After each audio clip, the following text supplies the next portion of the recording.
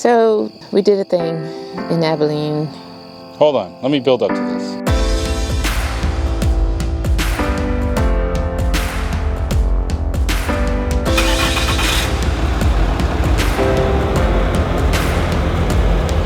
When we left Port Aransas and drove to San Antonio, and I'm pulling the F-250, pulling this open range, and I'm getting knocked all over the road. Crosswinds were like 20, 25 miles an hour, and I'm just like, what is happening? The winds were getting worse, and I'm having stability problems. So then after we leave San Antonio and we go to Abilene, we're taking I-10 and there's signs for gusty wind areas. I am stressed out to the max with how much I'm getting knocked around the road.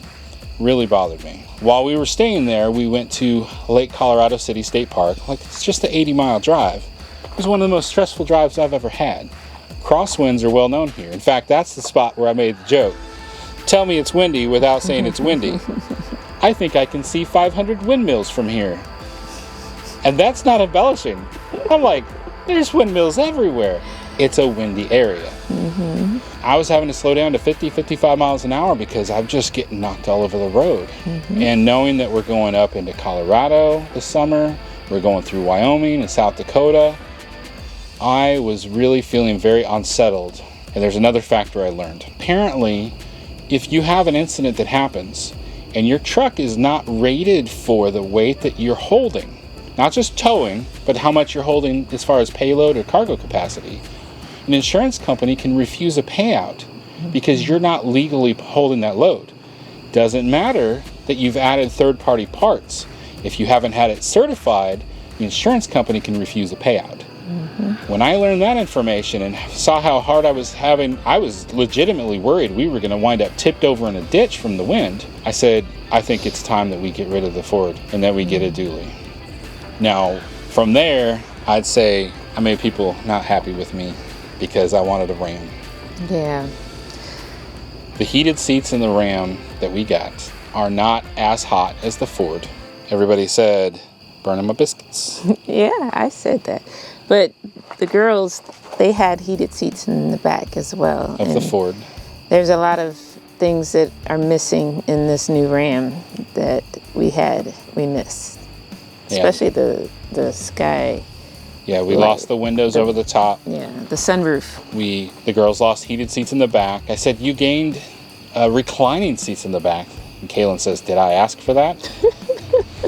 But I wanted a dually because I feel that the dually would help with wind because you've got extra stability across as well as the payload. Payload goes well over 5,000 pounds on the truck when you've got a dually. Yeah, and that is important. So, and there's a lot of things we didn't like about the Ford, like the beeping every time you close the door and the honking. The can't leave the car running for longer than 30 minutes without pressing OK, that kind of stuff. So there's some things like that got corrected, but there are some bells and whistles we missed, and I'd say that probably the biggest was the 360 camera. Now, if you know anything about Rams, you know it's available, but we were actually really shocked to learn that most of the models that are out there didn't have the 360 camera. What was even more shocking to me is that Ram's got dually trucks that don't have a bed camera, where there's a camera in the brake light over the bed that shows when you're trying to hitch up. And I'm thinking, come on, Ram, who's got a dually that's not hooking up a gooseneck or a fifth wheel that doesn't need that camera? It costs like $200 in parts and $500 in labor. Why wouldn't you just put them on all the dualies? It's not that difficult. I get that the 360 is a little bit extra. There's a lot of old school guys that probably don't need them. We've actually done okay without it. I thought it would be worse, but the Ram actually rides a little bit lower, kind of a nose down attitude. And so I feel like I have a lot less blind spot than what I had in the Ford. I felt like I needed that 360 camera to make up for these massive blind spots I had in the Ford. In the Ram, I just don't have them. And in fact, you've driven the Ram.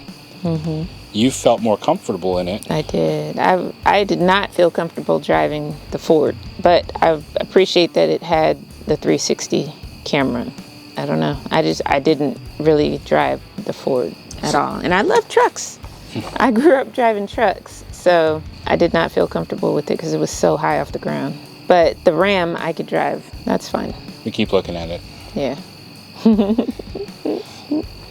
So I know that's probably going to subscribe and like our videos. Pique some curiosity. People are probably going to have discussions about that. That's all fine and dandy. My opinion on why I wanted a Ram dually, we call them heavy dualies. I think Tanya made that up. I did. Ram heavy dually. Heavy dually. When you look out on the road and you see guys hauling commercial loads cross country, putting 500,000 miles on a truck, more often than not, they're the Rams. You see a few Fords and even less Chevys, but most of them are Rams. And so in my thought process on that is, if these guys are trusting these Ram trucks to take them cross country over and over and over again, maybe that would be a good idea for us to do that as well. Get a little bit more of that reliability over the bells and whistles. So we did a thing. We drove, Granbury, Texas. picked up. We drove to Granbury, Texas, and picked up a new Ram. Yep. We were looking at Abilene had none. Everywhere west, Lubbock, Midland, Odessa, nobody had any. And it was, I think, Weatherford, Texas, and Granbury, same dealership. They each had about 12 dually trucks. Most of them Rams. Just a couple Fords. I think we saw one Chevy. And it was to this point where we made an appointment. We went over there. We got a hotel room. I guess we didn't feel like hauling the RV over there. But yeah, we went and got a La Quinta hotel room, and then we just went over to the dealership, and the salesman, he just kept driving them up past Tanya. I was a little salty, so I finally settled on one. We probably could have gotten something better if I wouldn't have been so upset. There was a white one that we liked. It was okay. If I could go back now, I'd probably look at different The very things. first one we looked at, okay, first off, every last one of them, all of them, every model had some kind of a scratch to the bed. All of them. It was like, you're just going to have to deal with that. Yeah. And the only Ram that had the 360 camera was $95,000. It was a limited. I think that's what they call them with Ram. But I'm like, I'm not paying $20,000 extra just for the 360 camera. Apparently you can pay a dealership $2,200 and they'll add you the 360 camera, even after you bought it. He kept bringing trucks up and showing them to us. And Tanya's like, no, okay, I'll try that one, and go over there and sit in it and everything.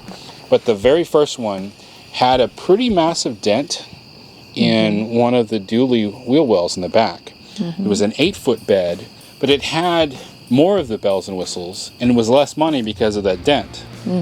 It had the airbags built in from Ram. I think it had a sunroof. It had the lights in the back of the bed. It had a lot of other things.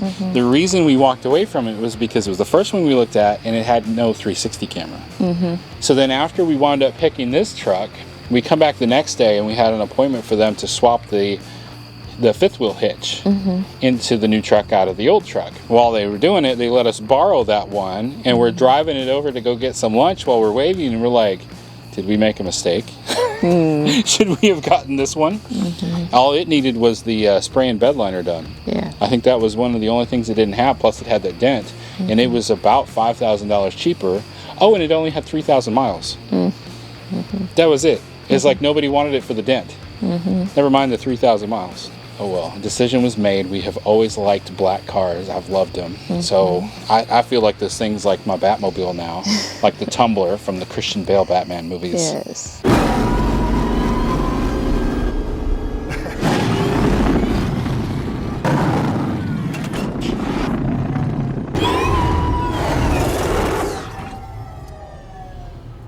Does it come in black? I like it. It's okay. We call it Big Booty Judy. Yes. Get fun saying that. Yes. It's a lot of fun saying that. It always gets a laugh out of people when we say it. It's not been too tough. Getting used to a dually is not difficult. No. My only complaint is that the front windows and the side windows do not have tinted windows. And it's a pain when it's hot outside, because then David and I are baking. I was going to say Daddy.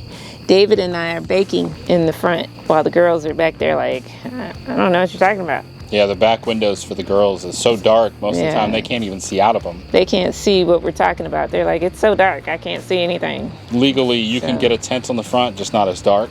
But we want to do that just for the fact that it would help cut down on the heat in there. Yeah, because we've had some hot days in there. Sometimes I need a blanket just to cover my legs and my hands because it's so hot. Yep. So going forward, we're going to be able to tow with this thing, and hopefully it's going to do a lot better for us with the wind.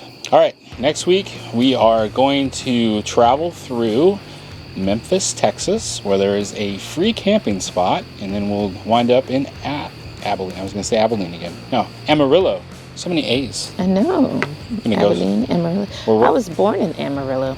You were? Yes. It began in Amarillo. So that'll be next week. So we hope to see you back here to check out that video. There's an amusement park in Amarillo that probably not a lot of people know about. Stay fresh, cheese bags. Life happens. Don't let it stop you.